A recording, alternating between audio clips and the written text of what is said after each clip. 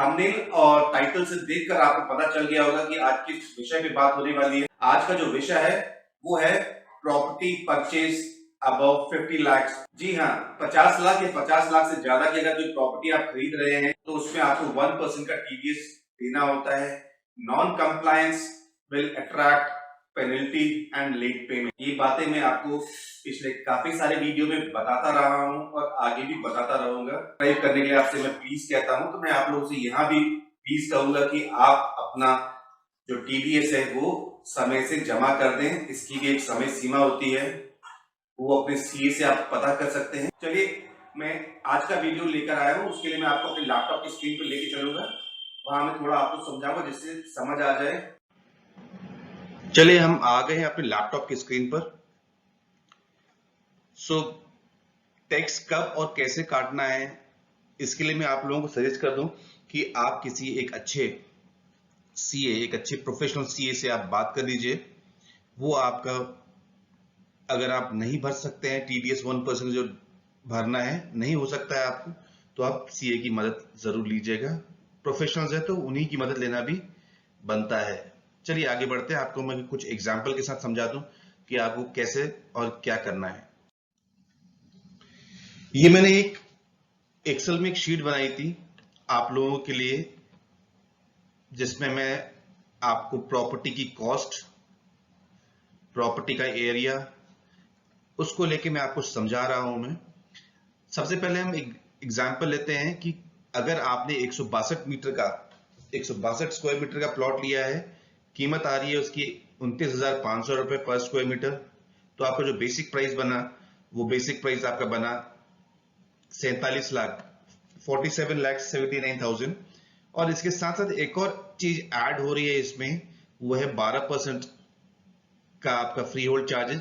तो ये भी आपकी कॉस्ट में ही ऐड होगा। जब रजिस्ट्री आप कराएंगे तो आपकी रजिस्ट्री में जो कीमत होगी वो इन दोनों को जोड़ के जो आएगा, यानी कि ये जो कीमत आएगी, इस कीमत पे आपकी कॉस्ट गिनी जाएगी। और सरकार ने जो कहा है टीडीएस की, जो सेक्शन 194 आई में कहा है कि अगर आपकी प्रॉपर्टी कीमत 50 लाख या 50 लाख से ज्यादा की है तो आपको 1% का टीडीएस डिडक्ट करना होगा और सरकार को जमा करना है। तो आपका जो कीमत हुई वो ये हुई।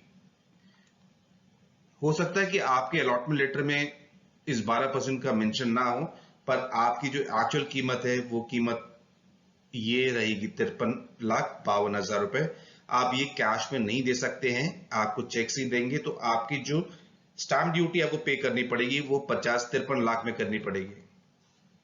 तो आपको टीडीएस भी इसी का ही काटना पड़ेगा। सो टीडीएस ऑन दिस अमाउंट, ये जो अमाउंट बना आपका कंसिडरेशन अमाउंट, इस पे आपको 53,524 रुपए आपको सरकार को जमा करने पड़ेंगे। फॉर्म 26 क्यू भी आपको ऑनलाइन जनरेट करना पड़ेगा। ये मैंने आपको 162 मीटर का समझा दिया है। ऐसे ही आप समझ सकते हैं 200 मीटर का अपना जो अलॉटीज हैं, 288 मीटर के जो लोग हैं, 450 के हैं, वो आप 450 वाले का एग्जांपल मैं समझा दूं। 26,500 का प्राइस, 1,19,00,000 रुपए बीएसपी, 14 लाख रुपए उनका 12% बना। सो 1,33,56,000 रुपए उनकी कीमत बनी। इस पे वो पे करेंगे, इस अमाउंट पे 1% वो डिडक्ट करेंगे, यानी कि 1,33,560 रुपए। ठीक है। अब एक और है जो नॉन टीडीएस वाला आ जाएगा। सपोज 150 मीटर का आपने प्लॉट लिया है, 29,500 का रेट है, हाईएस्ट लिया है मैंने, तो 44,25,000 कीमत होगी। बीएसपी 12% भी जोड़ूंगा तो उनकी भी 49,56,000। सो ये कीमत 50 लाख से कम आ रही है, तो आपको इसमें टीडीएस कितना होगा, इसमें निल होगा। टीडीएस आपको भरने की जरूरत नहीं, क्योंकि 50 लाख से कीमत की प्रॉपर्टी है।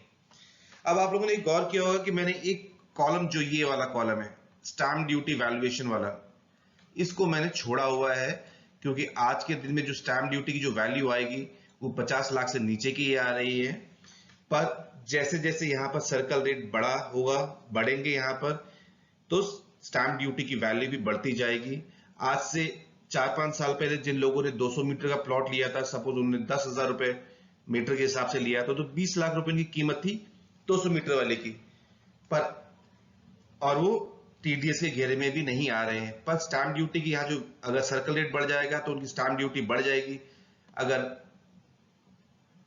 और जो अमाउंट यहां पर आएगा स्टैंप, अगर 60 लाख आता है तो 60 लाख पे यहां पर उनको 60,000 रुपए जमा करने पड़ेंगे, क्योंकि प्रॉपर्टी की कॉस्ट या स्टैंप ड्यूटी की वैल्यू जो भी विच एवर इज हायर, और ऐसा देखा भी गया है कहीं कहीं पे कि प्रॉपर्टी की जो कीमत है वो 1 करोड़ के करीब है, पर उसकी स्टैंप ड्यूटी की वैल्यू जो आ रही थी वो 2 करोड़ के करीब है। तो 2 करोड़ में वो 2 लाख रुपए टैक्स देना चाहिए, 1 करोड़ रुपए ना देके 2 करोड़ देना चाहिए।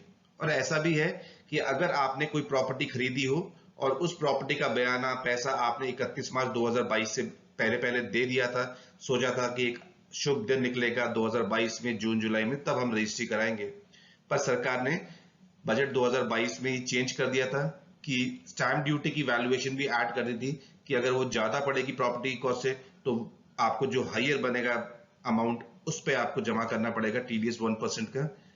और सपोज आपने 31 मार्च से पहले कोई प्रॉपर्टी फाइनल कर ली थी जिसकी कीमत 50 लाख रुपए थी, सॉरी चलिए उसमें लिखते हैं 49 लाख रुपीस थी, आप टीडीएस के घेरे में नहीं आए थे, पर स्टैंप ड्यूटी की वैल्यू थी 1 करोड़ रुपए।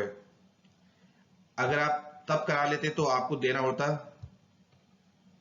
कितना, कुछ नहीं देना होता, क्योंकि प्रॉपर्टी की कीमत 49 लाख रुपीस थी और स्टैंप ड्यूटी की वैल्यूएशन जो आपने की थी वो 1 करोड़ की थी। पर 1 अप्रैल 2022 के बाद वो रजिस्ट्री की जो अमाउंट होगी 1 करोड़ की होगी स्टैंप ड्यूटी की वैल्यू, तो उसमें आपको 1 लाख रुपए आपको जमा करना पड़ेगा सरकार को। उसको मिस मत करिएगा, ना नुकुर मत करिएगा, कोई कॉम्प्लिकेशंस ना आए फ्यूचर में, उसको ध्यान में रखते हुए आप पे कर दीजिएगा और अपने आप को फ्री कर लीजिएगा। ठीक है, तो आशा करता हूं आपको समझ आ गया होगा, वीडियो अच्छी लगी होगी तो आप शेयर जरूर कीजिएगा अपने दोस्तों में, बताइएगा उनको अपने कि आप भी टैक्स में आते हैं नहीं आते टीडीएस में। तो thank you and thank you for watching.